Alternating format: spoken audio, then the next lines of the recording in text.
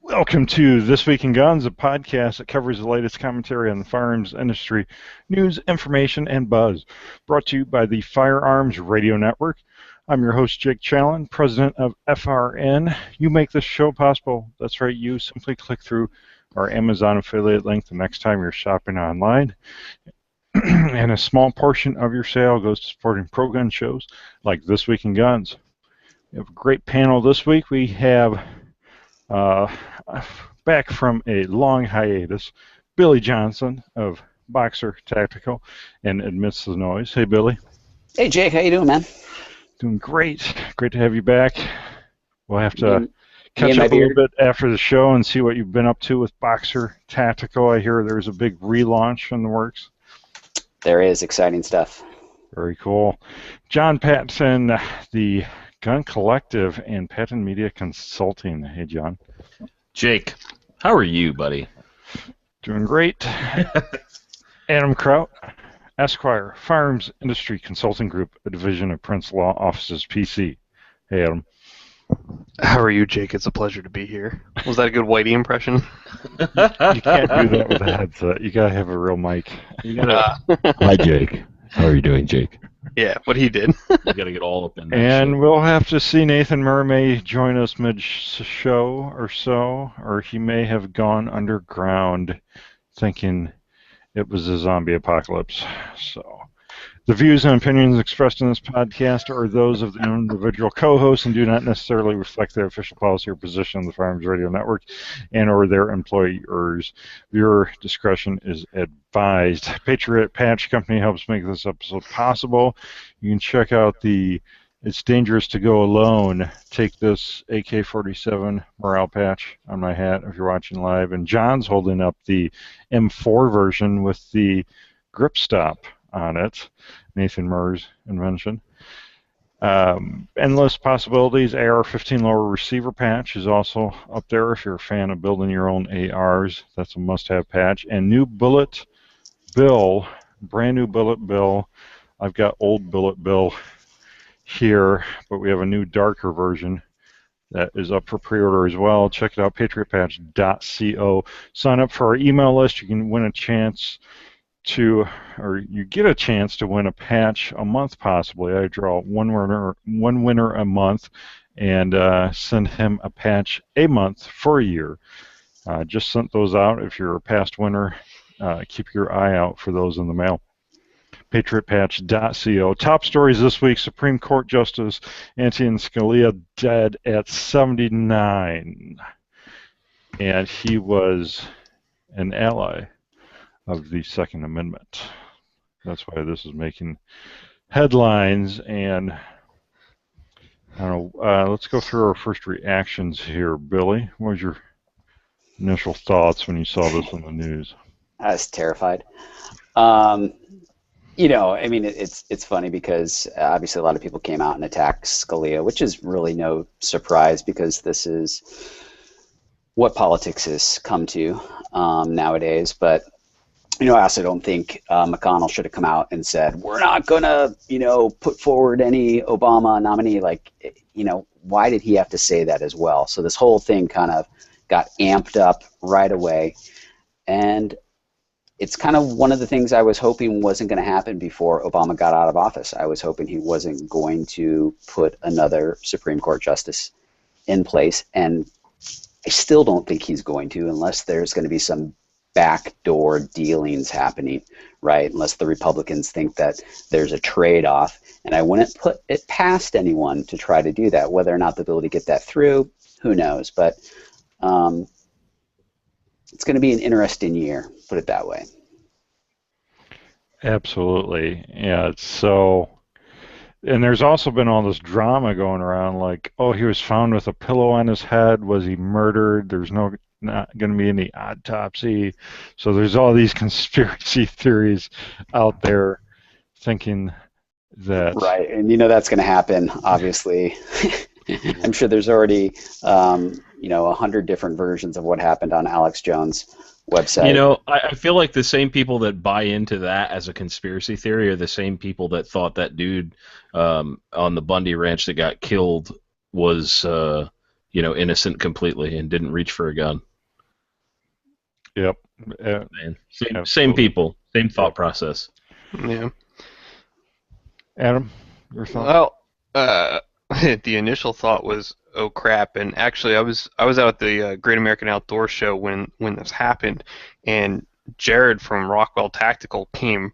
I was looking at my phone and I just heard Adam, like a panicked Adam, and I looked up and it was Jared. What's wrong? And he was like, Justice Scalia died. He's like, I didn't, I figured I'd come tell you first because he was across the room. I'm like, oh. I jumped on and saw that, yeah, he had in fact passed, and that's a huge blow to the judiciary. I had the opportunity, and I guess I'd say privilege, to meet Justice Scalia about 2 years ago when he was in Philadelphia, talking for the Federalist Society, and I can honestly say he is the smartest man I've ever shared the same room with. The presence he held and his intellect and what he was saying was so just awe-striking. It's really devastating for anybody people who like the Constitution. He had a style that is going to be tough to replace in any capacity.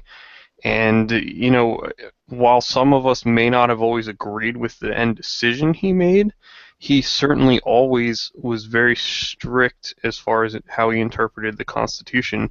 And he's the guy who penned the Heller decision, which, if you read, is an excellent opinion. It was incredibly well written, and it, was started the basis of the Second Amendment cases we've seen through the Supreme Court in recent years. As far as Obama getting a nominee in and the Republicans blocking it and stuff, there's a couple of things we need to look at. First, how justices are appointed to the Supreme Court, the process of it as far as the president makes a nomination, the Senate's actually the one that has to confirm it. But if you look throughout history, there's never been a president in their last year who's appointed a justice to the Supreme Court.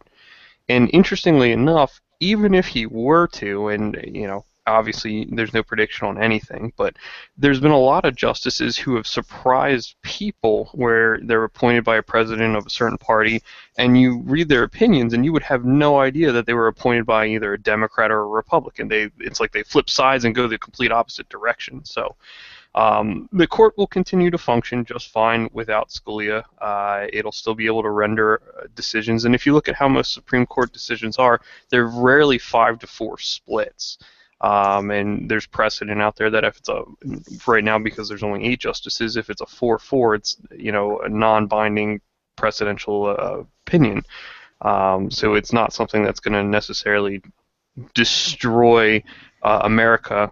And there's been a lot of discussion about it, but it would seem that it's most fair, given we're in an election year, the country's going to be deciding a new president, that this president step back and say, okay, America, I understand my time in office is done, and I'm going to let you guys decide who's coming in next, and let that individual nominate the next justice.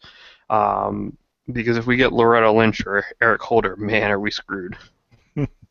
I think the one interesting thing about that, Adam, is right after this happened, the White House came out and said, the president will put forward a nominee, so he needs to uphold his constitutional responsibility. I'm like, oh, now he's got some constitutional responsibility? Like, right now he's pulling out his constitutional responsibility, to nominate the next justice. I'm like, oh, that's just perfect. I mean, we couldn't go back the other, 50 times, 100 times where he didn't, uphold his constitutional responsibility. I think that's kind of funny. Well, it's incredibly polarizing, and what I guess I shouldn't be surprised, but what's almost offensive about it is you have a Supreme Court justice who hasn't even been dead 24 hours.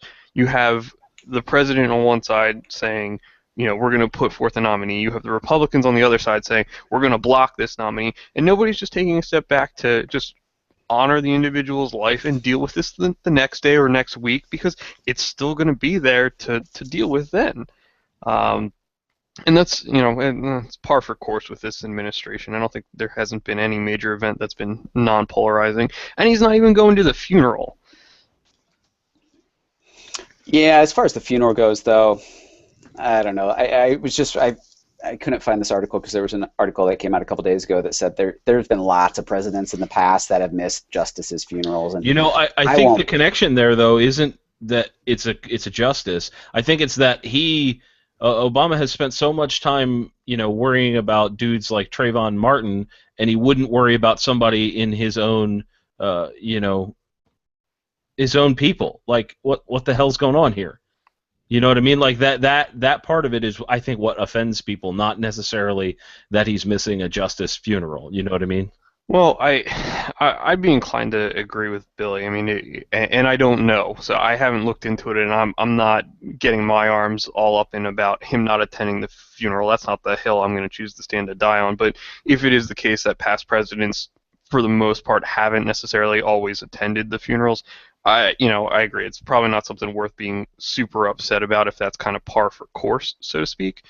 But Biden is going. So he well, is sending, Batman is sending Robin. Oh man. Apple won't unlock San Bernardino terrorist's iPhone for the FBI. Companion story, why gun rights advocates should care about Apple's fight with the feds over San Bernardino terrorist iPhone. So, who wants to take this one first? Well, I actually want to spin this in a slightly different direction. First of all, I mean, I don't believe companies should be putting backdoors in their products. Like, I don't think the government should be forcing a private company to develop a backdoor. First of all, we don't even know if it's possible. They don't even know if it's necessarily possible. So that's the first issue. Because once you put a backdoor out there, anybody can access it. We've already been through this with the NSA. We've been through this whole debate about backdoors, and that's what the NSA and the FBI did for the last 20 years with software companies, right? Put a backdoor in for us. Put it in. Apple, a couple of years ago, said, we're not doing this anymore. We're locking us out. We're locking it out. We're not going to have anything to do with it. And I think that's a bold stance, and I applaud them for that. What's concerning to me is when you see the Republican who is leading right now, Donald Trump, come out today and say, Apple should just hack it. They should just hack it, get this done. This is outrageous that they're not going to do this. In essence, you have the leading candidate for the Republican Party saying he doesn't give a crap about privacy. That's what he's saying. I don't care about the Fourth Amendment. The government needs more power to do this. The government needs the authority to go and tell a private company that they need to violate their customers' privacy. That's the guy that is leading right now. That frightens me more than anything of this whole issue here.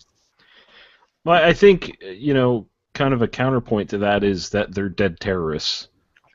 And they don't, like, that is, I believe that is where people are trying to justify this in their own heads. I'm not here to argue whether that's right or not. Right. I think that's the argument. Perspectives. There's like two big perspectives here. There's the one where it's like Apple's pro-terrorist. They're not hacking this iPhone to find out, more links to these terrorists and help solve this. Right. How can Apple be that anti? I mean, their shares must be majority held by, Muslims and Middle East and blah blah blah. And then you have, the other side of the spectrum which is, like Billy was saying, very pro-privacy, where hell no, we don't want the government to have a backdoor into our phone in our pocket that has all of our personal information on it. Yeah, I mean, that statement that, once it's there forever is,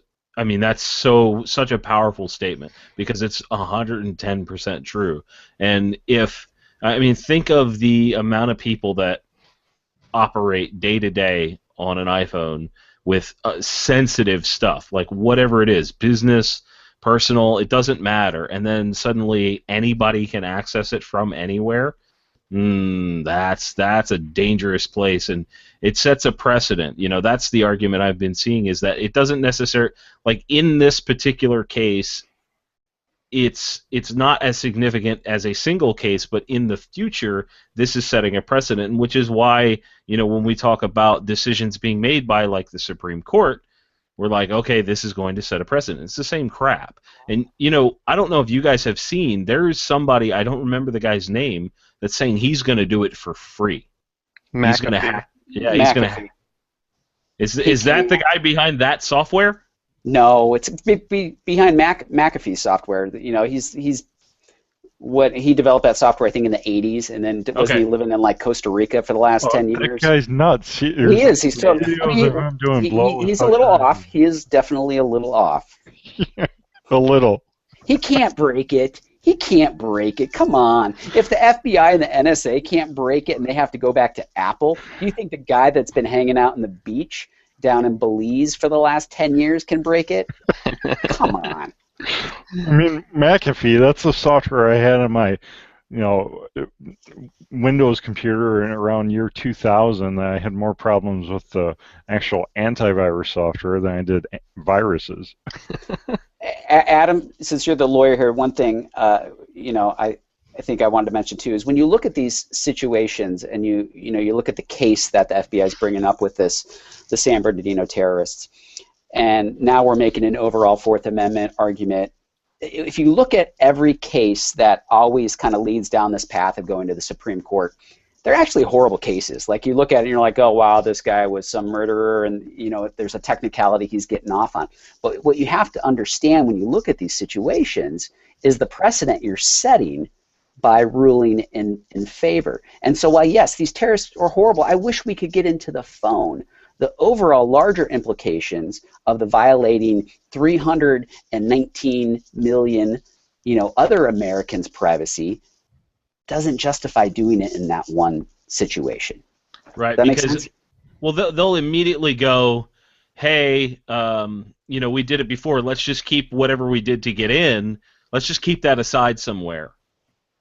Let's just keep that knowledge for later use, and it won't be like a once and done thing. That's not how it is. Right. Oh, we've got this most wanted serial killer. I mean, this is just as important. They'll justify it all the way down to, the person that's committing credit card fraud. Oh, we can use it for them. I think this guy bought a gun without a background check. That's exactly the problem, is that once you open the door, it doesn't stop. And I'm sorry, I'm totally in the same camp as Billy on this stuff, man. Dude, anything for liberty and rights, and you know what? It's unfortunate, but no, you're asking for trouble. And I'm cool with Apple saying no. Sorry, government. I'm sure there's people, and again, as we were talking about earlier, it's divided into the two camps. You have the people that say, oh, they're terrorists, they're bad people, what does it matter? And then you have people like Billy and myself going, well, it's not that, it's not that they're terrorists that we're necessarily, it's the whole other implications that'll follow. It goes back to, I guess, the saying of, if you're willing to give up your rights for the illusion of safety, you deserve neither. Well, and it's a problem that we've lost the awareness of our privacy as far as who knows what about us, because we're so willing to give that up. Google and Facebook, everything they do is about collecting data. What data do they have on you? What can, it's really, right now it's about selling things to us so they can have those ads for that thing I just looked at on Amazon. There's that ad right there. I just looked at that. And, it's all about our personal data or habits or, where we work. Jake, that argument is often used as to say that privacy is dead, right? Because look, everybody's posting on social media and all these places. Privacy's dead. What does it matter anymore? Okay, the difference is I control what I post. Granted, the information goes everywhere. I don't post everything about my personal life, right? I control it. So it is still in my control because I control what I post. Now, when you say that so privacy still does exist, and it's always going to be important, even more important now because we're more connected. So I don't, my privacy is still in my control. I control what information I put out there. I don't have to put it out there if I don't want to put it out there. Period. And Apple, nobody deserves a bad thing. I'm doing something wrong. Go to a judge and. You're breaking up. You're breaking up, Billy. You want to check your make sure nothing's downloading or connecting. Check your connection there. Yeah, good points. What we got from you. I really think Second Amendment advocates, which I assume if you're listening, you are one. You really need to think about privacy. I mean, I think that's something that you pair, with everything else we're fighting for here. It's just as important as privacy of our lives, our data, all of it, because they would love, just like we talk about it all the time with background checks. Oh, who doesn't want common sense background checks? And it's all about the data. Who has the gun control advocates, their end game is to know what gun everyone owns, serial number, model number, how many rounds of ammo they own, so that eventually they Where can does it stop? Start taking things away. And right now, one of the best things we have going for us is they don't know what people have. We have that privacy. So, if anybody wants to know why privacy matters, there is a brilliant TED Talk by Glenn Greenwald, and some people will hate him. They're going to say he's a socialist, whatever. I don't care, whatever you think about him.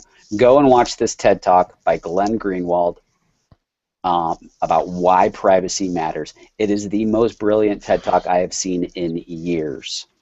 Can you paste that in the show notes when you get a chance? Sure. Really? Greenwald, is that with a D in the end? Glenn Greenwald. Yeah, Cool. W-A-L-D. He's the Snowden writer. All right, so let's move on to guns.com.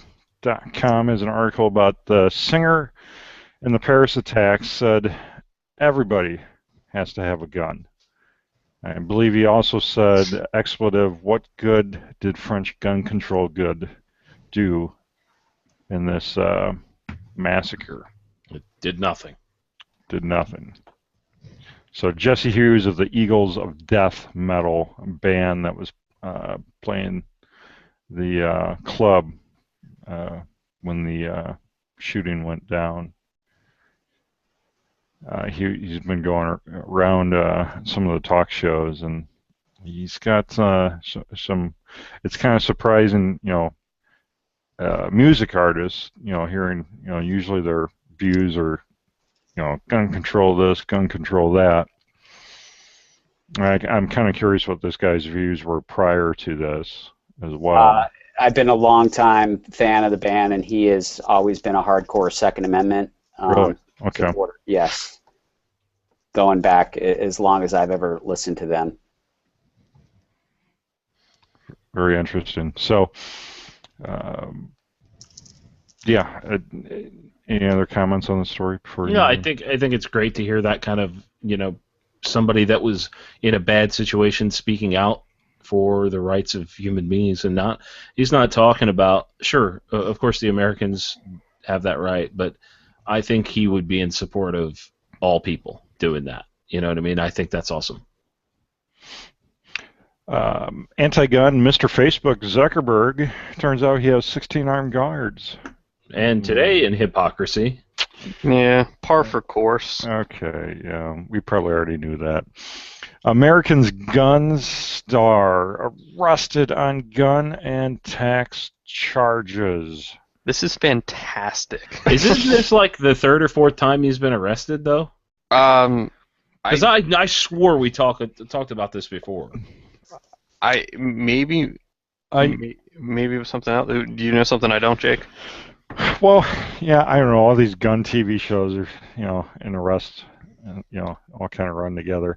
I believe there is talk about them selling guns without a federal firearms license before, but I think this is the first time he was actually arrested. And we have a companion story here where he has pled not guilty and has been sent to a halfway house in the meantime. Dude, I just want to know how you have your license. Well, he surrendered his license, so ATF was going to revoke it, right? How you do that, you don't apply for another, you somehow change the address of a licensed store by falsifying paperwork to ATF, which is pretty impressive. And then you're directing customers to other licensed premises to do that, yet you're on TV the entire time. That's utterly amazing to me how he was able to do that. Did that happen while I was on TV? I thought a lot of that happened after the show was over. When was the show? Because I remember seeing a couple episodes and going. No, I think some of those lines up to the timeline when he was on air.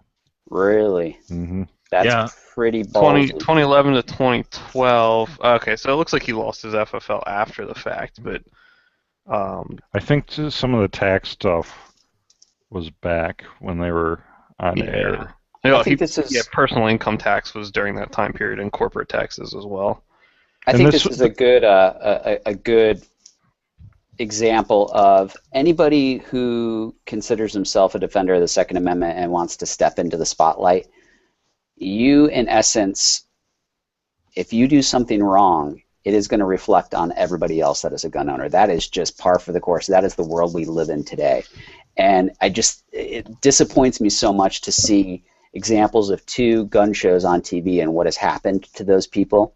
Now, I don't know this case with this guy in Colorado, but there's also obviously a larger argument you can make about licensing, right? Like the ridiculousness with all the dealer licensing and ATF licensing. And you have no idea. Yeah, I know it's not a popular argument for some people, but I mean, I think it's show me another industry that sells a consumer product that is protected in the Constitution that is licensed as heavily as firearms.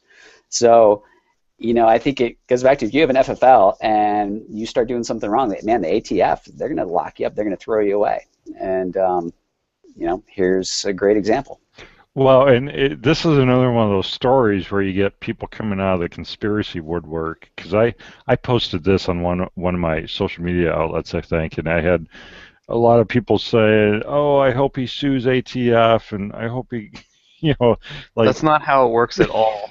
Yeah. ATF ruins your entire livelihood, and they do it for fun. And often, I'll go through it real quick so the listeners are aware. If you're a licensee, right, ATF once a year can come conduct a warrantless inspection of your premises. So they can come, they can look at your inventory, they can check your A&D book, they can look through your 4473s to make sure that there's no errors and that everything matches up, right? They can do that once a year without a warrant. They can also come with a warrant if it's within that 1 year period. So ATF, they'll write up the violations that they find, and they'll make a recommendation.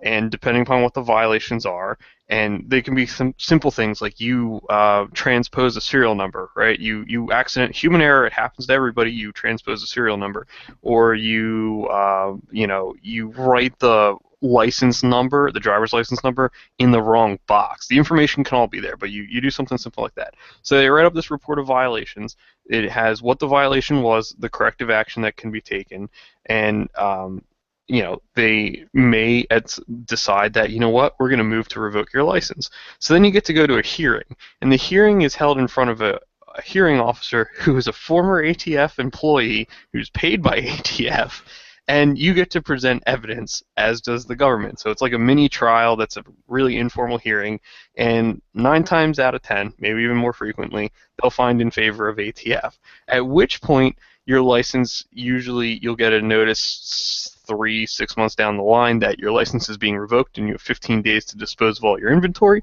or you can opt to appeal to the federal district court. So at this point, if you haven't had an attorney, you're now going to get an attorney if you want to appeal it, and you're looking at like a minimum of $20-some thousand to even start fighting it. It's unreal. Just crazy. Judge, well, so let me go back to American's Gun Star. I mean, this guy's personality, I don't know if you guys saw the show. Does this surprise you that he didn't pay taxes for years and years? Because this was a guy flying around in his own helicopter and, his own... Trading gold for guns. Right, right. I mean, over the top, trying to be over the top in every way. Over the top wife with some fake parts and stuff like that. Well, that, and he also paraded his daughter around like a little trophy, which is really weird. Mm-hmm. I probably saw every show, and one thing, and I don't know why I kept watching it, because typically if I don't find characters in shows likable, I found his family likable, like his kids were likable, his wife was, she was likable. He wasn't likable. Yeah, so it's really interesting to me, like when I forgot what network it was on, when they go and find these people to create these shows, I don't know if it was because he was being so over the top, so outlandish, flaunting money and helicopters, if that's why he got on the show, because he surely didn't get on the show because he was likable. I think it's his daughter and his wife. It was the same thing with Sons of Guns. I mean, that guy wasn't likable either. That guy was completely annoying. Yeah, but I think he had a little bit of the Southern thing going. You think that went over? Maybe. Well, originally, I mean, it's all Discovery. It's the way they typically just pick people and cast, and then the producers push and change the way people look and sound on TV, and I don't know. It's a reality show garbage. Yeah, but those shows, I mean, I spent a few years working in Hollywood, and the way those shows make it to air now is they're not typically going out and finding those people. Someone's putting the show together, they're putting the idea together, and they're pitching it. Okay.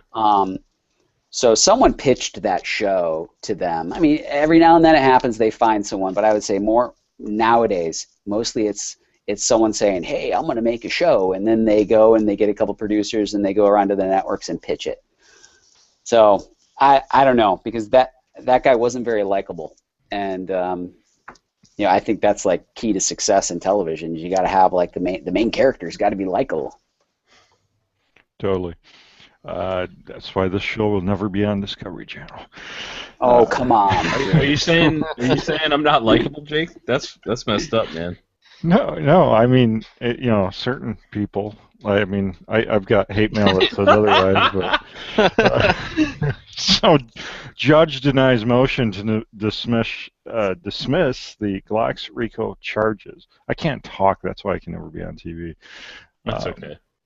So yeah, Glock and the drama again, within the throes of a civil racketeering charges thrown on them. Which includes ones that were filed by Helga Glock, the ex-wife of gun mogul Gaston Glock. I guess it has to do with her nasty divorce as well. But comments? I got nothing on this one. It's funny. No perfection here. I'm telling you. I don't feel bad for people that screw up like this. I don't feel bad. You make your own bed. I don't understand. Is Glock in Austria? Are they a publicly traded company? Or are they still just family owned? I mean, when I read that, it sounds like they're just a family owned company. I think it is. I'm not. I don't think it's positive. Traded. I can't imagine why they would publicly trade it. They've done well enough to keep that wealth all internal and maintain control of the company. Why would you give that up? Well, you give it up to raise a ton of money. Right, everybody gets greedy. Well, it says the company has an estimated annual revenue of $400 million. Which, in the grand scheme, is not that much. Yeah, it sounds like a lot, but $400 million for a company the size of Glock is not that much. I forget what somebody told me the figure of what the gun industry as a whole does a year, and it's like insignificant compared to like almost every other industry out there. Right. Oh, but come on, it's a monster, right? I mean, everybody believe that it's $500 billion, the gun industry. Yeah, not enough. FBI arrests remaining occupiers at the Oregon Wildlife Refuge. Oh my goodness! Did any of you guys listen to the live feed that was happening while they were doing this? Oh, my wife turned it on, and I'm like, shut that garbage off. So somebody, I don't know who it was because I didn't care enough. Somebody on the inside had a live feed going out, and they were like talking to the FBI, and there was a lot of people that were like, "Oh, we're just gonna rot in jail. They're gonna forget about us." And somebody on the outside, "No, we won't let that happen. These people out here, we won't let that happen to you guys." It totally felt like something out of South Park. I was just gonna say it sounds like a bad South Park episode. Yeah. No, you guys. That's Yeah, right. it was your Cartman voice that did it. Yeah. I don't know. I don't understand the situation fully. I'll be the first to admit that. I think what they did kind of doesn't make any sense to me. Well, did you guys see Clive and Bundy just got arrested? What did he get arrested for? So Clive and Bundy for pointing guns at federal agents and in 2014, 2 years ago. Oh, wow. Yeah. They just arrested him last night or two Isn't nights that past the statute of limitations? No. Depends what the statute is. I doubt pointing a gun at a federal agent. The statute of limitations is 2 years. That just seems weird that they I think waited it's that convenient they did it about the same time. Yeah. We're just gonna wait till you forget about doing that and then kick your door in. Hey, remember that time? What's really unfortunate about the whole thing is it's really distracting from something that is really going on in this country. And first of all, like how much land the federal government owns. And when you look at places like Nevada and Oregon, and you look at the vast majority of the state isn't in control. The state does not control the property.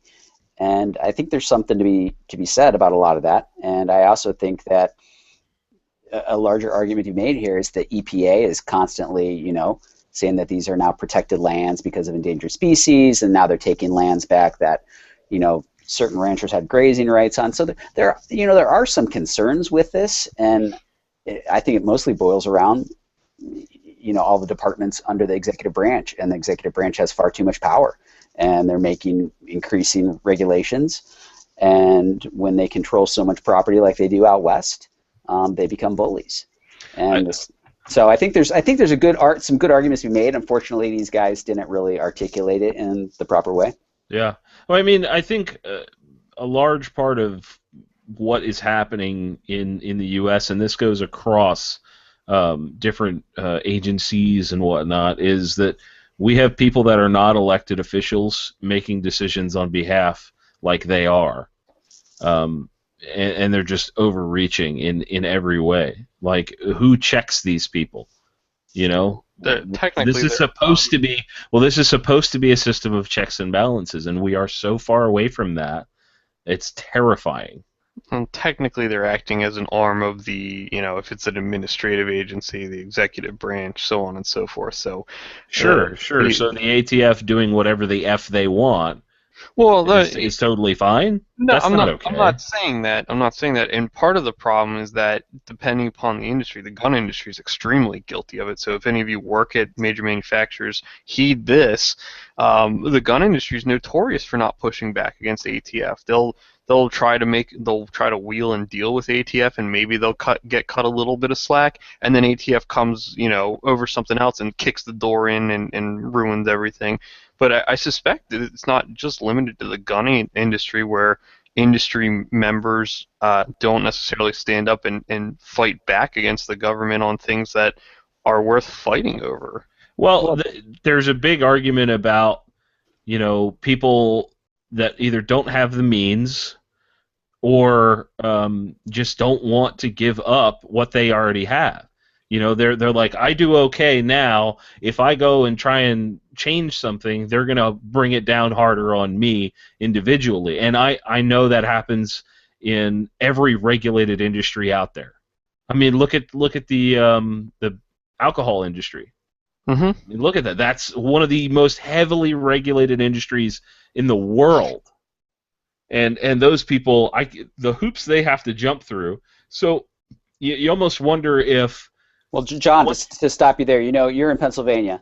You know who one of the largest purchasers of wine in the United States is? I have no idea. Pennsylvania.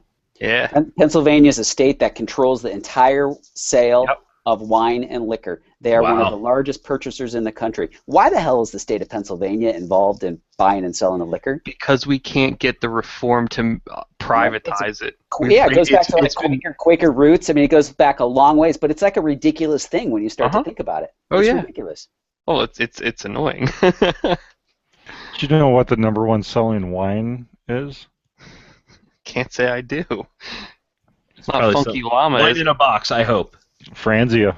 Yes! Nice. Wine in a box. So a lot clever. of people cooking. The more you know. But I think everything we're talking about here is it's cronyism at its finest, and the Yeah. best way to try to paint a picture for people about the U.S. government. Imagine an aid truck, okay, like an aid truck filled with rice.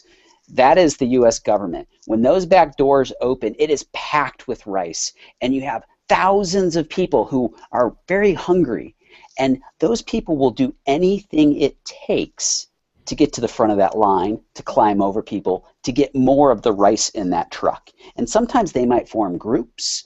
They might pay people off. They'll do whatever it takes. That's cronyism. When the government has so much to give out, people will do anything it takes to get something from it. And it typically favors the wealthy, the well-organized, and the bigger companies. And that's kind of what our government has become. And the only way to solve this problem is to limit how much the government has to give out. That is the only solution to this problem, because greed is always going to be there. And so the only way to stop this is to shrink our government. That's it. We can talk about all the other crap all day long, but until we shrink our government, our problems aren't going away. I agree with you, brother. State confiscates 83 guns and prohibited possessor sweep. So California. Did I butcher that? Jake, oh man, we have to. Somebody out there, if you're listening and you have some extra time, I want somebody to put together a compilation of Jake's flubs of these headlines because they are glorious. I don't know what you're talking about. So That's exactly what it says. I don't know what you. I feel like we need to make it more of a thing. Like that, we have we have our timestamps. You have your flubs. It's gonna be a Jake remix on YouTube. Oh my god, I can't wait. nobody got time for that. So California, for those that don't know, California has like special law enforcement teams and stuff that go after prohibited persons. Or apparently they have a list of people that have lost their firearms rights due to criminal activity, maybe mental health issues have popped up, and so they go knocking on doors and collecting guns. And Are they just collecting guns, or are they also arresting people and throwing them back in jail for being prohibited persons in possession?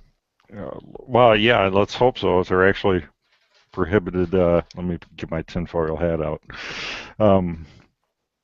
But yeah, 83 guns were collected in this sweep, 6,326 rounds and 52 magazines. So I'm just curious, if these people aren't on, like, they're not on parole or probation, if someone comes knocking on your door and wants to come in and search, I mean, there's you don't have to let them in. So it's kind of curious to me where these are coming from. And honestly, 83 guns is, I mean, Laughable. Yeah, it's laughable. Especially for a state the size of California. Right. 45 million people, they found 83 guns. Congratulations, guys. You spent $6 million a gun to get those. Well, the problem is, and we see it all the time, especially with like just general police interactions, the people forget that you have rights, and it's okay to tell the police no. They may not like it, they may not be happy, they may threaten you with things, but at the end of the day, you still have rights, and you can assert them. And there's some officers that understand that, and they'll say okay, and they'll be on their way, and there's others that'll, kick, scream, moan, and try and, cause all kinds of problems for you, but you can do it. And what we see a lot of times is officers will ask questions, but the question they're asking doesn't sound like they're asking a question. It's a very forceful, almost like a command, and a lot of people don't interpret that as I can say no to this, so they just agree and consent. You don't have guns on the property, right? Right. One of the biggest things we see, especially when it comes to warrants, is you'll always see cops show up with a warrant. We have a warrant. Can we come in? Well, here's your free legal advice for the day, right? You never consent to them coming in. You tell them I don't consent to any searches or of the premises, but I understand you have a warrant, and that gives you the authority to come in, and I won't impede that. So that way, when their warrant is kicked out for being invalid, because they didn't comply with something and it's kicked out on a technicality, well, they can't go and say, oh, but he consented. We asked if we could come in, and he said, yeah, sure. Because yeah, but at that point, isn't it just like an argument of he said, she said? No, not at all. How can you prove that in a court? How can they prove you didn't say, you didn't consent? It would go through all kinds of stuff. But the point I'm driving at is that a lot of times the police will say things that you won't necessarily interpret as a question, but really it is a question, and you have the ability to say no to it. So. Great advice. Next time I get pulled over, I know to say, am I being detained, and I did not consent. Well, in Pennsylvania, it's you hand them your driver's license, and that's about it, and your registration. Oh no! I know my rights. You gotta get the sign and just put it on the window. Why did you pull me over? I'll have my phone out, videoing the whole thing too. So, I would just like to point out, there's a picture here of some firearms from the California Department of Justice, and it makes me laugh very, very hard when I see guns that like a cap and ball style, musket and. Is that a Daewoo? The guns they always find, I think it is a Daewoo. They always find some really ridiculous stuff. There's a Tech 9 at the top. There's a Thompson Center contender, like single shot. What looks to be a Jimenez, and like a flintlock pistol. It's just like really, really stupid stuff. And they're like, we stopped somebody from doing crimes. Like, oh, you stopped Johnny Depp from taking over Tortuga? What are you doing here? Probably half those guns won't even fire anyway. Yeah, right. Yeah. They're always like super rusty. They were in a drawer for 80 years. Jeb Bush tweets picture of engraved gun. Social media backfires. Oh my gosh, someone running for the highest office of the nation tweeted a legally owned firearm that is protected by the U.S. Constitution. Oh, wow, outrage. Well, I've got nothing to contribute after that. Well, and the other angle, you'll see is pro-gun guys saying that, Jeb Bush is really pandering now to the gun community. Of course he is. Because I think we talked about this a while ago. It showed the presidential candidates, and it was like a pictograph of the guns they owned. And I think Jeb Bush was the only one that didn't own a gun or something like that. Yeah, I remember that. Mm-hmm. You know what? I don't even care, right? If you don't want to own a gun, that's your business. As long as you're not trying to push that view on me. If you're all about, Constitution says you can have them, that's great. Have them. I just don't have any interest in them. That's fine with me. I have no problem with that. Who am I to tell you that you should have a gun? How's that any different than you telling me I shouldn't? But yeah. I'm right there with you, Adam. Thank you. I think another thing to consider would be the fact that the only reason he posted this is because it says Governor Jeb Bush on the gun. Somebody laser engraved it. Like, I don't think he would have done it if it wasn't, going to get him some kind of notoriety. Well, he toured the FN factory, I think. I think they gave it to him. Well, there you go. Well, then that makes sense why he would post it. Yeah. There's an article in the American Rifleman, the NRA magazine, or on their website anyway, as to guns of United States presidents. I'll post that in the show notes since it's kind of relevant. So, I kind of hate getting into politics, but real quick here, current presidential candidates that you think can win the election that will be the best for gun rights? The best candidate for gun rights currently. Ready, set, go. John. No. Billy. That can win?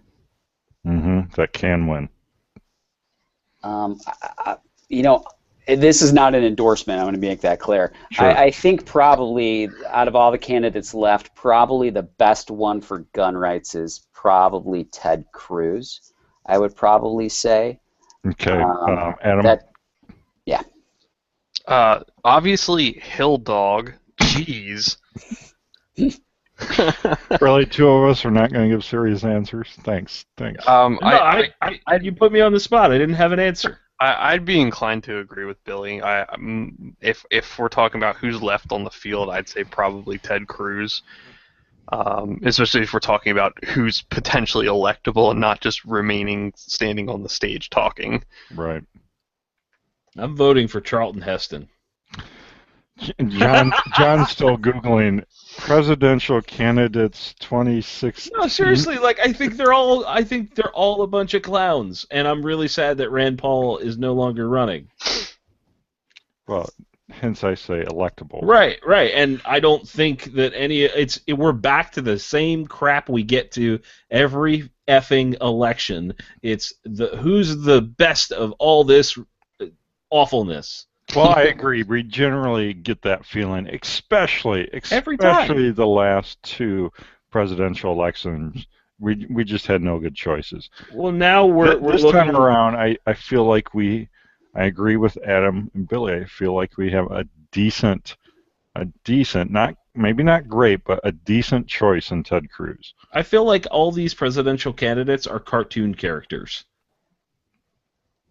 They're just so over the top and so ridiculous in their viewpoints that it's always that way in the primaries. They got to pander to the base to get the nomination, and then they swing more central so they can get the largest general vote. The person who can win the general is not someone who typically can win the primary.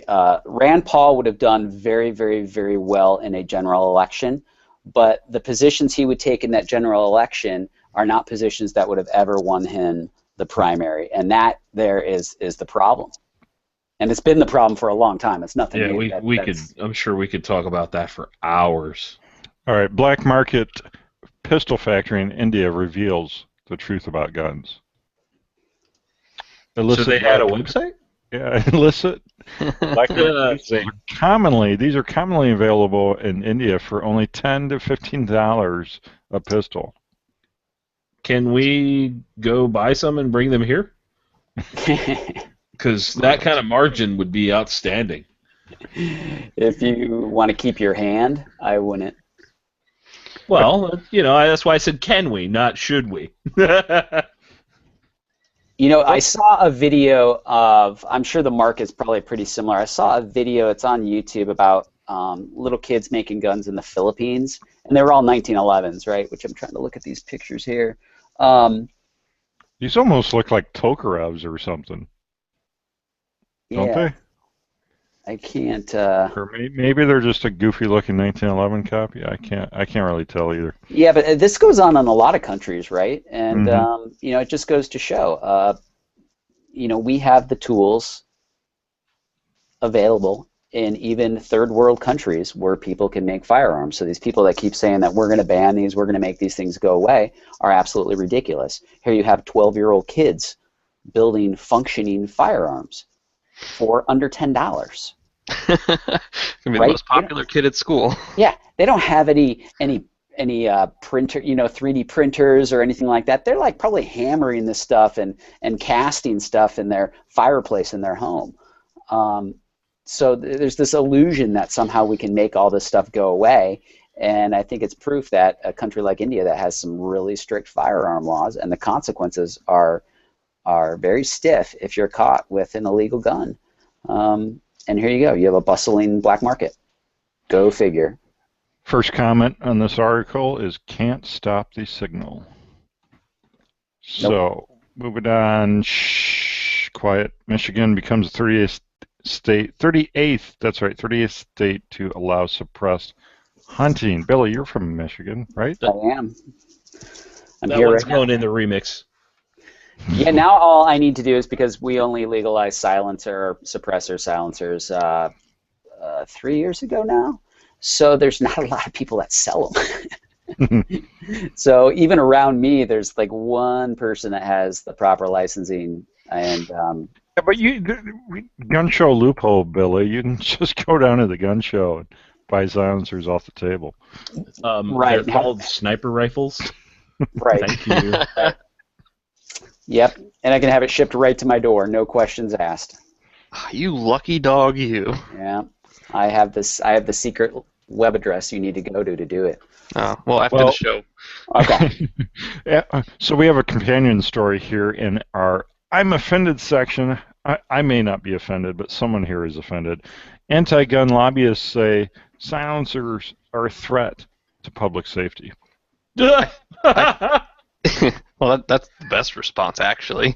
I think the best part of this article, and I think this is true for most things, and we talk about from time to time on the show, as far as when somebody is opposed to guns, the best thing you can do is take them shooting to show them that, look, they're not harmful or not necessarily tools of destruction or what have you. There's lots of uses for them. That the ASA put out the offer to the Violence Policy Center of, hey, come shoot some silencers with us. We'll show you what they're all about, and you can see they're not that bad. And it baffles me that they continue to push this narrative that silencers are such an evil thing when, and it says it in the article, but when you have Europe where the gun laws are way more strict, but silencers are completely unregulated, and it's the polite thing to do, that here in the United States... I'm sorry, did you say baffles on purpose? I'll let you be the judge of that. That, over there it's completely unregulated market as far as silencers are concerned, where here, because of the National Firearms Act back in the 30s, it is regulated, but there's such a aversion, and Hollywood's done such a good job, I guess, of making these sound like assassin's tools, and I can tell you that's, if you haven't shot a silencer, that ain't the case 99% of the time. Well, it's interesting that you say that, because I do believe, obviously, Hollywood wields a tremendous amount of influence over people. And, I got into firearms later in life, and so I didn't know a lot about them. And everything I did, kind of know about firearms, I learned from television. Mm-hmm. And, looking back at it, you're right. I never would have thought, like, why is there any good reason for a suppressor or silencer? Like, why would anybody need this? Obviously, it's only to kill people. And, now that I'm almost like 9 years into finally getting into shooting, I'm like, no, you know what? I want to save my hearing. I like to hear things, and I would like to actually go out and go shooting without having to wear hearing protection, especially someone that wears glasses. And it's always a pain in the butt. Yeah. Silencers on all the guns. John knows about that life. What are you talking about? Silence everything possible. Oh, I totally I want to have a can for everything. I don't yet, but I'm in the same boat. Slowly working on it. And I just want to say something real quick. Sure. I think the interesting thing here is that one, I haven't seen this come up in mass scale yet. They're still hanging on to assault rifles and clinging to that kind of nonsense. I haven't seen a lot of talk on silencers, but if I did, I would be really interested to see how the NSSF and the NRA and Second Amendment Foundation, all of these react to this, because we've talked about this before and their kind of lack of support of legal ownership of NFA items. And I think it would just be really interesting to see that, how they took it. Because so the silencers, look at the growth of the suppressor industry, sub-industry in the last 5 years. It's unbelievable. 1,000% growth. It's unbelievable growth. So, for that being said, that subsection of our industry is still very, very young, and I'm not sure that these larger entities would represent it well. You know? So you raise an interesting point there, and a lot of people, this is lost upon a lot of people, right? There's a couple things here. The NRA as a whole typically does not represent the industry as much as the National Shooting Sports Foundation. Not to say the NRA doesn't represent the industry, but not slightly different. They're more for the individual person and rights of like that. The other thing that people tend to forget is, and everybody, this is one of the things that really irks me when people say, oh, I won't join the NRA, they don't represent my interests, is that you realize that you get to elect the people who run it. So when you start, much like a country, when you start electing people who share the same kind of views as you, all of a sudden the organization does start to represent your interests more. The NRA, there are going to be elections soon for the NRA for the board of directors, but one of the guys, Mr. Knight, he was the guy who started the Colorado recall elections when they went, over the magazines. He's one of the guys who started calling back all the senators and stuff, and then he ran for the board of directors of the NRA. He's a awesome friend of Black Rifles. I'm pretty sure he digs NFA stuff as well. And the process, we just need to elect people who share the same kind of beliefs as us. And as it becomes more prevalent within the industry and just general individuals using stuff, I think we'll start to see that these organizations will begin to represent that more and more and more. I can only hope, and this is part of the agenda that we've all been pushing, let's be fair, the agenda of the only people that can change what is going on is us.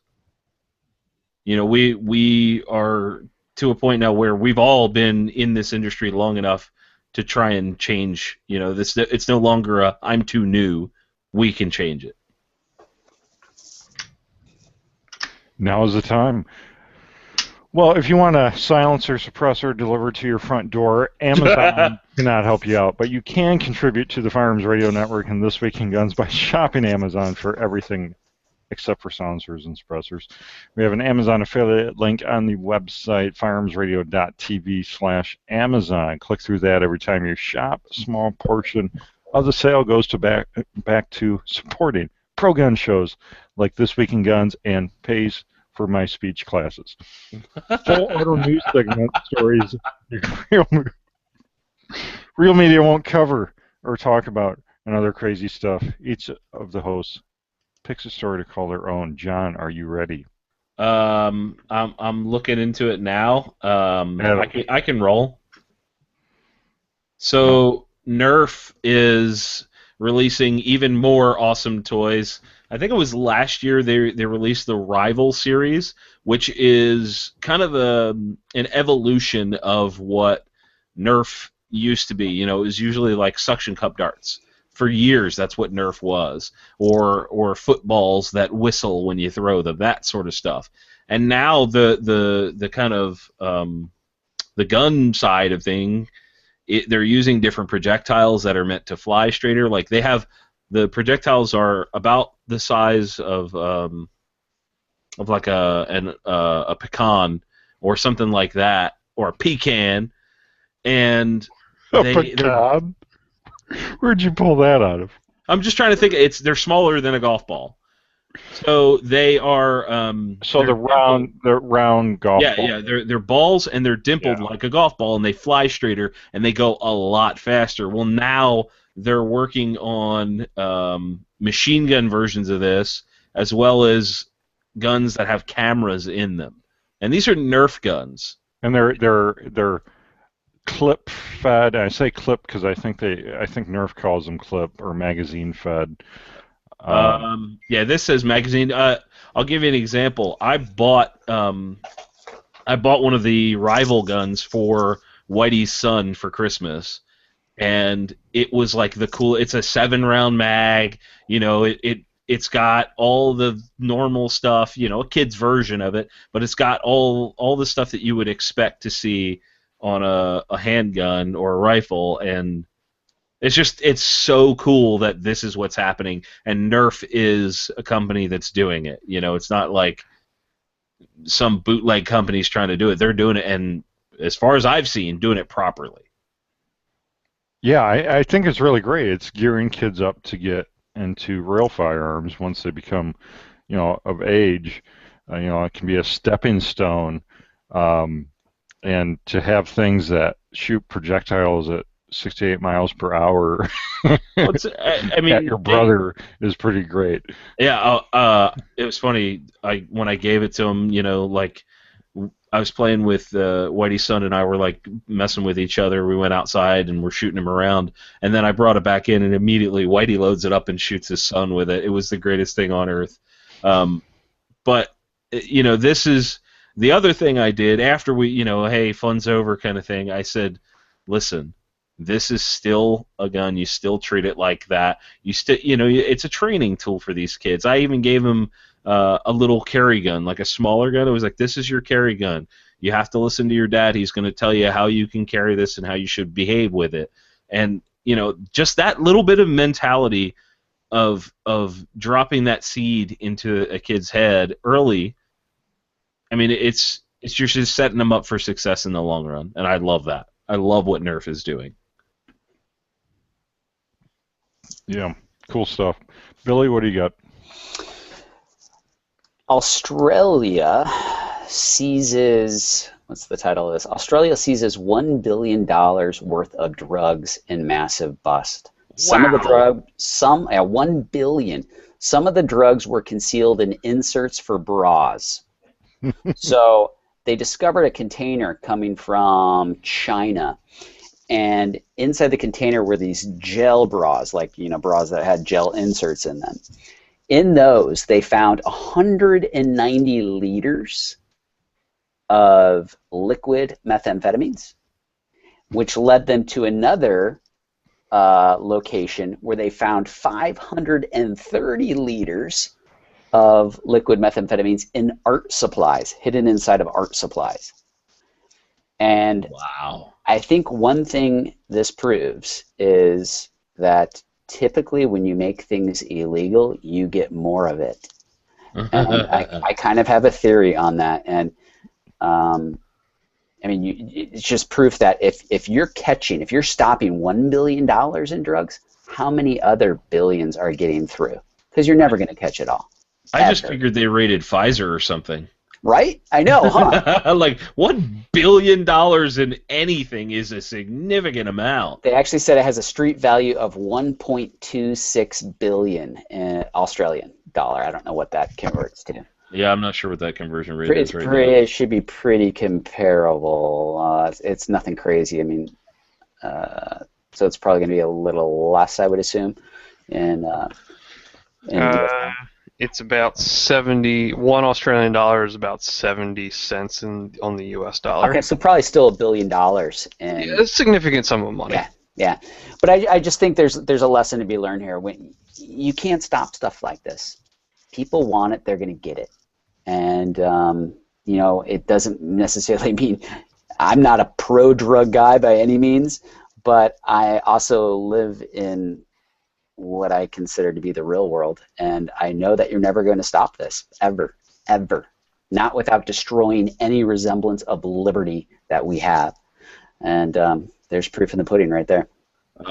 Quick Google reveals that that's about $900 million. It's 71 cents on the dollar. That's a lot of drugs, man. That is a significant amount of drugs. And I know this isn't a drug show, but if anybody's seen my videos, they know I'm a rather anti-war on drugs guy, and that often gets confused that I'm pro-drugs, and that's couldn't be anything further from the truth. I'm just, I just think it's ridiculous to wage a war on stuff, especially when it's, if you believe in self-ownership, I don't know how you can ever believe putting someone in jail for ingesting something in their body. I don't care if it's a razor blade, heroin, or whatever. If you truly believe in self-ownership, I don't know how you can put people in jail for that. And that's just my liberty stance. And I roll it all into Second Amendment rights and all of it. I think it's really important to educate people on what the war on drugs has done to this country and what it's done to our crime in this country. And there's so many connections between a lot of the arguments we're making on the Second Amendment and the war on drugs, and how the war on drugs has really destroyed a lot of our inner cities. And I could go on and on, but anyway, it's a lot of drugs. Adam, what do you got? Have we talked about how 45 ACP is a man stopper? Good. So this gentleman decided, and it doesn't say whether he was high, drunk, or what have you, but he decided it was a good idea to pay some neighborhood neighbors a visit. Tried to kick in somebody's door with a 12-inch knife, wasn't able, so he moved on to the next house, where he attempted to gain access through the doggy door. And here's where we're talking about 45 ACP being a man stopper. He got shot twice with a 45, once in the face and once in the shoulder. Ended up not dying, just had a shattered jaw and a shoulder wound, was transported to the hospital, and then was released into police custody. So they apparently determined this guy lived in the same neighborhood as everyone else, which I don't know why you would choose to try and do that in your own neighborhood, but or anywhere. So the homeowner's not going to be facing charges, and this dude apparently is going to recover and face charges. I don't see it on this story, but I think I saw the mugshot of this guy, and he's like being held up by two guys. And he's, got bandages on his face and stuff, but they're like, "You're taking a mugshot. We're going to hold you up." Yeah, I don't know. I thought it was funny, especially because we're talking about 45.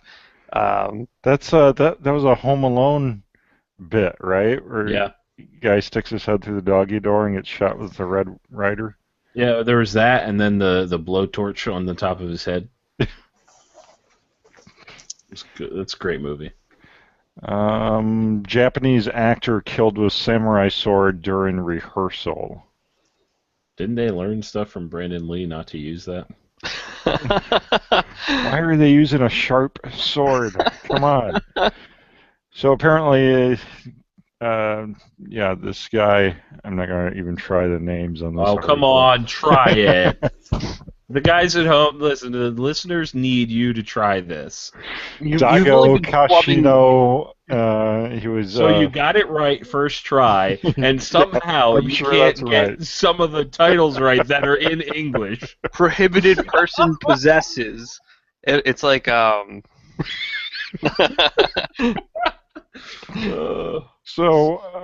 apparently he was jumping around with a samurai sword at the Koto Tokyo studio where...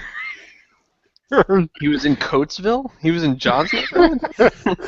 I really, really want Jake to go to Europe and go to Eastern Europe and try to read stuff. Oh, so good. Anyways, no one really saw what happened. They heard him groan and found him hunched over and critically wounded. He was rushed to the hospital where he later died. Actors, like I said, didn't really see what happened, but authorities are investigating to see maybe it was possibly a criminal act. This story leads... there's a lot of questions. I mean... It's a full auto. Did he stab himself? Was he the gentleman in the picture? Was he trying to do one of those and resheath it? I guess would be the proper terminology. And holster it. Holster that sword. Reholster his sword, and the real problem is he did not have a Kydex holster for that sword. That was probably the real problem. This is going to be was it a leather one? Did it get caught in the seat? I bet it was an Uncle Mike's. An Uncle Mike's samurai sword holster. Maybe it was like the Versacarry of the samurai sword world. Well, he had recently had the sword modified for an RMR, and it probably didn't fit the holster properly. Questionable machining on the sword. Oh my God. It wasn't done by a professional. It's possible. All right. Do we need to cover any of these other stories. I got one. Sure, The go. woman unhappy with haircut tries to shoot barber. Like, That's how bad hilarious. did this? Yeah, how bad did this guy butcher your hair that you decided, you know what, he's gotta die? I'm more confused that a woman went to a barber shop. Well, I mean, in today's day and age. But the article says she was apparently unhappy with a haircut. And now this is really throwing me off. It says she returned to the San Diego salon and tried to shoot her barber. So I think that's her first problem. She's going to a barber in a salon. But the gun jammed, and employees tackled the woman. Well, they're standing out front of this place, and it's called the 619 Barbershop, and like it doesn't look like the typical place where you would see a lot of women getting nice haircuts and things like that. It looks like a typical barbershop where there's a bunch of dudes hanging out getting their hair trimmed, and that's, I don't know. Either way, She gave him a $20 tip on top of a $20 haircut? Yeah, I mean, and then she wanted to shoot him. I wonder if she's on drugs. It's possible. well, if you read the rest of it, it says that when she returned, she was upset, but came back with a different haircut. She pulled a Britney Spears. She went home and shaved it all off. She was unhappy. She pulled a Britney Spears. Yeah. I got hate mail the last time I made fun of somebody's hair, so I'm going to tread lightly. You get hate mail all the time. No, I don't. So we have to cover this one too. New York teen excited about video game accidentally kills friend with celebratory gunfire. They were playing Madden when this 15-year-old, pretty sad story actually, but 15-year-old scored a touchdown, pulled a pistol out of his pants in some sort of celebratory move, and shot his friend in the face. I thought guns were illegal in New York City. Hold on. When did pulling out a pistol become a celebratory move? You missed this thing. There's this group of people. They're called retards, and they love to do things that make no sense at all. I'll have to look into that. Well, there's a whole bunch of stuff going on here. I'm so pumped that I scored a high score. I broke the game on Madden, and that matters. So what my next move is to unholster, or should I say unpants, my gun, and I'm just going to start slinging rounds because that's the way to celebrate these days, according to a 15-year-old with a handgun in Brooklyn, New York. None of that is legal. Yes. No, I mean it'll take you a year if you're over 21 a year and a lot of begging to even get a pistol permit in New York City. So Right. Obviously, the kid was 15. Well, we're skimming over the media is going to skim right over that and say, this kid, look what this kid did. He shot his buddy. Well, first of all, he's not allowed to buy a handgun. What about that part of it? Like, we're just going to forget that he's a criminal? We're just going to forget that? Cool. Let's end on a high point here. High point, zing. I wonder if that was the gun that was used. SAS sniper decapitates ISIS commander. Can anyone do a British accent? We don't have accents. I got one, but it ain't good. Okay, read the UK Express's account This of is the story. going to be really bad. Come on, you're. The crack soldier fired a bullet designed to inflict massive damage from 3/4 of a mile away and scored a direct hit on the extremist. His rifle was so high-powered that the bullet decapitated the bearded warrior, who stood over 6 feet tall. That's it. That's all you're getting. It's good. That wasn't bad, man. Yeah, that wasn't terrible. The Cockney accent is way better. That's way better. Can we just have John read those sentences in different accents for like the next 15 minutes? We're waiting. Let's hear the Cockney version. I'm not doing that. This is not happening. We're not doing. This is not John does impressions full auto news. I need this like you're from Scotland now. So I need a Scottish I don't know accent. if I could do it Scottish. And then Irish. That's a tough one. What about a little southern drawl?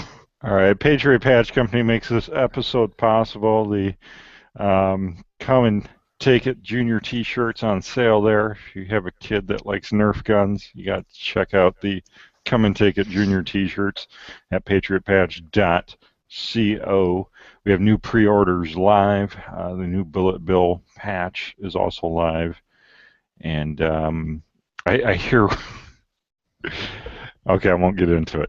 I hear we have an offensive radio ad, too, for Patriot Patch Company, but we won't get into that. Okay. I would just like to do my Paula Dean impression of this story. Please. You guys ready? Ready. Hey, y'all, somebody got shot in the face. That's it. Let's put some butter on it. Well, that about wraps us up, so let's see what these guys have been up to. Billy, I'll let you go first. It's been a while since you've been on the program. What have you been up to with Boxer Tactical? Well, Boxer's been kind of in hiatus for a while. We moved the manufacturing out west, and that's taken a long time to get that back up and running, and going to be doing a big relaunch here on the website March 1st. We already got product at Amazon, and we got a lot of new products on the way. So it's going to be some good stuff, and I'm still working on some ideas for Amidst the Noise, not necessarily videos, but some other stuff that we'll see if that comes to fruition by summer or hopefully before the elections. But it's difficult to navigate both worlds. And Boxer's my baby. Obviously, I started that way before I ever got into the video thing, at least making videos on YouTube. So kind of excited to get back. We got a lot of new products, and it's going to be pretty cool. So stay tuned. Very cool. Yeah, I can't wait. So why don't you give us a little bit of a background? How did you come up with the idea to start creating these tactical belts? That's interesting, Jake. Well, my grandpa opened his first clothing store in the early 1940s outside of Chicago, and so my dad had a clothing store, and as a little kid, I always remember running around the basement and seeing the seamstress and people sewing things, and my dad later got in manufacturing, and so I always wanted to manufacture something, and I got into shooting, and I really enjoyed it, and I was a filmmaker, and I wanted to do something completely different, and I kind of like harnessed all that childhood energy of running around a sewing room and watching people make stuff, and started making belts in 2011. So here we are 4 years later, and I think we make some of the highest quality stuff out there. I'm a real stickler for quality, and that's something that we're going to continue, and also doing what's called Honestly American, which is our open and transparent manufacturing process, which is really important to me. It's kind of taken Made in America the next level, where we're actually listing where all the raw materials come from, so you know exactly where things come from. You can see if there's a component that's not made in America, we let you know, and that's something that we're going to be pushing a lot more, and hopefully get some other companies on board with that later in the year.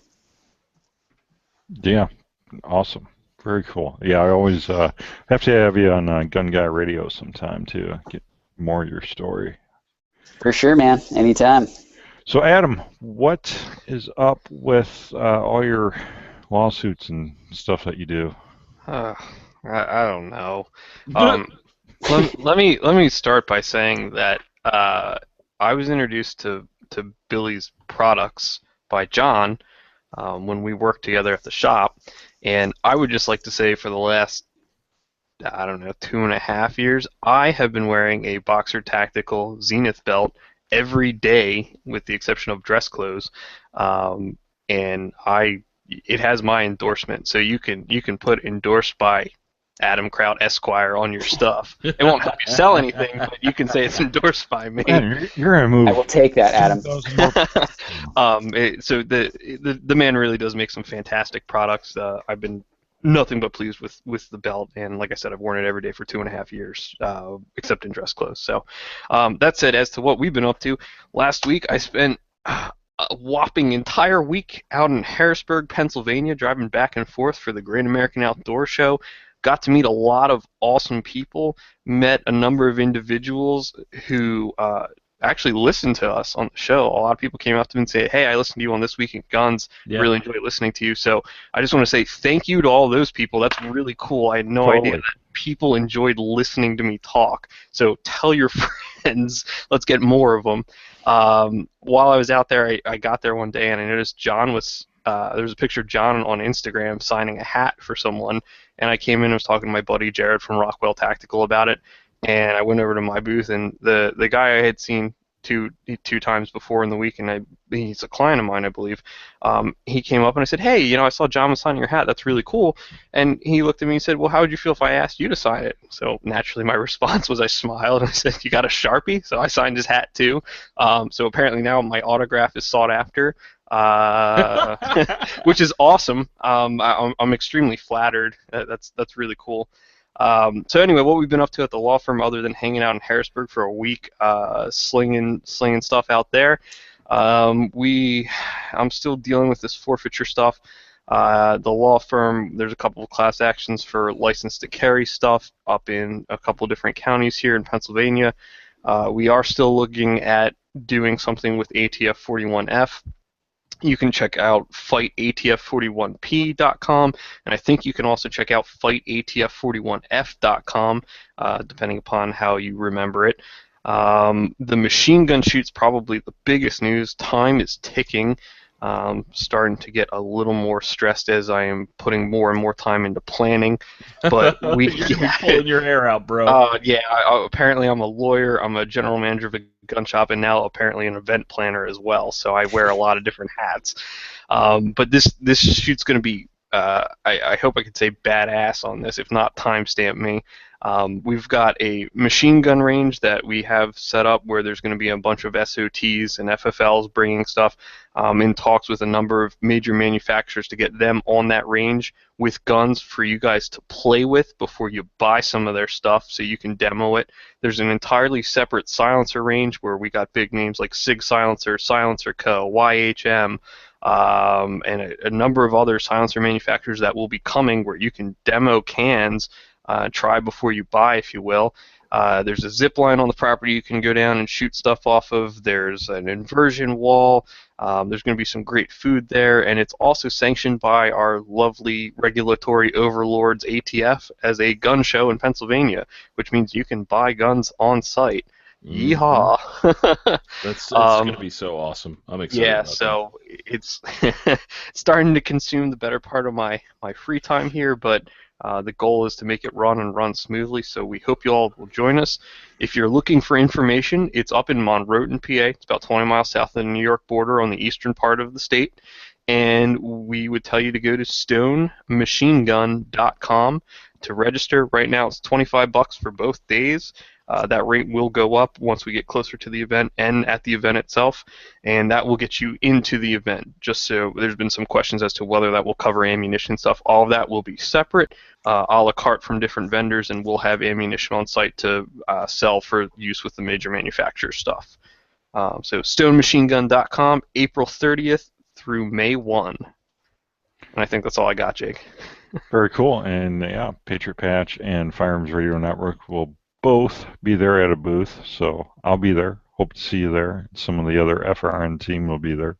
So yeah, I'm looking forward to it. Sounds like a good time. Yeah. I can't wait to see you guys, and I know John's gonna show up whether he wants to or not, but I know he wants to. So. And I can get Adam to sign my hat too. So. Oh my God! Dude, I will sign your baby if you bring me a baby. I don't care. Something really offensive signed by Adam. I'll do it. You just tell me what. No, I'm gonna find something that's offensive to you. Good luck. I wish you the best. All right, John, what have you been up to? Living the dream, bro. Dude, things are good. Things are really good. Was also at the Great American Outdoor Show. Met a bunch of good people. the guy that signed the hat came by. I believe his name was Mark. He was super cool. He was a big fan of the podcasts and my show, and there was a bunch of people that came out to support what I do. The way people came up to me and they like, I'm becoming a routine. This is what they're telling me. You're a routine on Monday nights for me. That's unbelievable and just absolutely incredible to see that kind of support. So thank you. If you guys are out there listening, thank you so much. Other than that, I'm just trying to keep things moving with the Gun Collective and Patent Media and Consulting. Got all kinds of stuff in the works. I mean, I'm hoping to launch the second show on the Gun Collective before summer, but we'll see if that happens. That's going to be a long shot. But there's a lot of travel, a lot of great companies stepping up. I haven't. There's going to be a big announcement There's a very, very large company that has come out to do some sponsor spots on the show, which is just, it's unreal. I'm walking around on cloud nine, guys. So thank you to everybody that supports the Gun Collective and what I do. Very cool. Yeah, no, excited for you. Good stuff. Thanks, man. So, and I will be at the machine gun shoot. I will be there. You should be there. Whitey is probably going to come down. He doesn't have a choice. We're going to go kidnap him. Yeah, he doesn't live that far away. We're going to try to make it like the East Coast thing. So if you're on the East Coast and you're only if you're within 6 hours, you should be there, because I'll be there, and it's a 3-hour drive from my house. I'm about 12 hours, but I'm still in the Eastern time zone, so maybe I'll make it. Ooh, girl, I would love for you to be there, Billy. I would love that, man.